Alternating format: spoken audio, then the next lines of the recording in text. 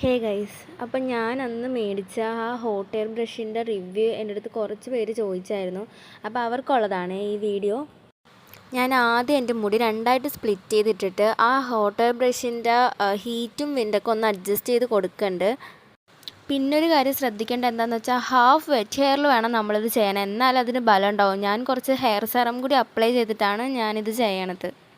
എൻ്റെ മുടി അത്യാവശ്യം സ്മൂത്ത് ആയതുകൊണ്ട് ഞാൻ എല്ലാ മുടിയും എടുത്തിട്ടാണ് ചെയ്യണത്. ഒരു സൈഡിലിട്ട് എല്ലാ മുടിയും എടുത്തിട്ടാണ് ചെയ്യണത്. പക്ഷേ ഭയങ്കര കേളി ആയിട്ടുള്ളവർക്ക് സെക്ഷനായിട്ട് എടുത്ത് ചെയ്താലേ കാര്യമുള്ളൂ.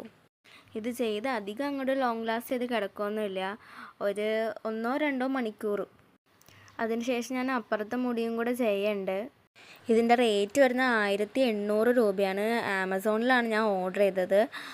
ഷിപ്പിംഗ് ചാർജോട് കൂടിയാണ് 1800 രൂപ ആയത് കേട്ടോ. ഇത് 2 in 1 ആയതുകൊണ്ടാണ് 1800.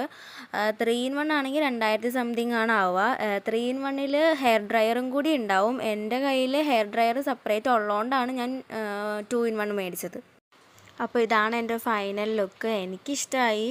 പക്ഷേ ഭയങ്കര കേളി ആയിട്ടുള്ളവരുടെ ഹെയറിലൊന്നും അധികം നേരം നിൽക്കില്ല. അപ്പോൾ അത്രേ ഉള്ളൂ. ബൈ.